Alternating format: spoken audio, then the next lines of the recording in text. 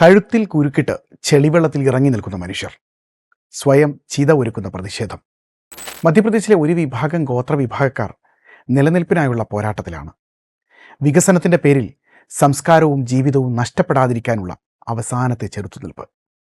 പറഞ്ഞു വരുന്നത് മധ്യപ്രദേശിലെ കെൻ ബെത്വ നദീ സംയോജന പദ്ധതിക്കെതിരായ തദ്ദേശീയരായ ആദിവാസികൾ നടത്തുന്ന പ്രതിഷേധത്തെക്കുറിച്ചാണ്.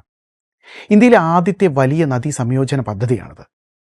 വരൾച്ചാ ബാധിത പ്രദേശമായ ബുന്ദേൽഖണ്ഡിൽ വെള്ളം എത്തിക്കാനും 10 ലക്ഷം ഹെക്ടർ ഭൂമിയിൽ ജലസേചനം ഉറപ്പാക്കാനും 62 ലക്ഷം ആളുകൾക്ക് കുടിവെള്ളം നൽകാനും ലക്ഷ്യമിടുന്നതാണ് പദ്ധതി.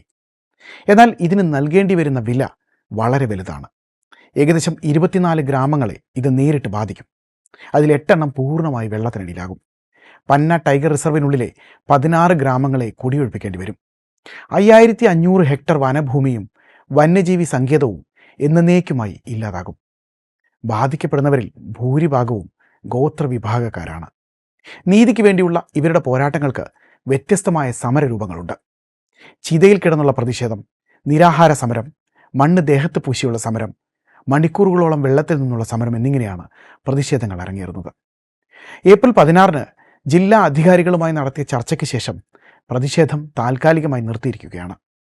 അധികൃതർ പുനരധിവാസവും നഷ്ടപരിഹാരവും ഉറപ്പു നൽകിയിട്ടുണ്ട്.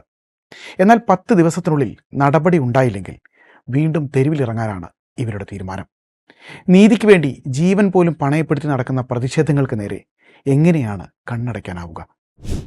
ദേശീയ നദീ സംയോജന പദ്ധതിയുടെ ഭാഗമായി നടക്കുന്ന പ്രവർത്തനത്തിനെതിരെയാണ് നിലവിൽ പ്രതിഷേധങ്ങൾ അരങ്ങേറുന്നത്. ഇന്ത്യയിലെ ജലക്ഷാമം പരിഹരിക്കുന്നതിനായി അധിക ജലമുള്ള നദികളെ കുറഞ്ഞ ജലമുള്ള നദികളുമായി ബന്ധിപ്പിക്കുന്ന ബൃഹത്തായ പദ്ധതിയാണ് നദീജല സംയോജന പദ്ധതി. ഇതുവഴി ജലസേചനം, ജലവൈദ്യുത ഉൽപ്പാദനം, വെള്ളപ്പൊക്ക നിയന്ത്രണം എന്നിവയാണ് പ്രധാനമായും ലക്ഷ്യമിടുന്നത്. 1980കളിൽ ആരംഭിച്ച ഈ പദ്ധതിയിൽ ആദ്യത്തേതാണ് കെൻ ബെത്വ പദ്ധതി.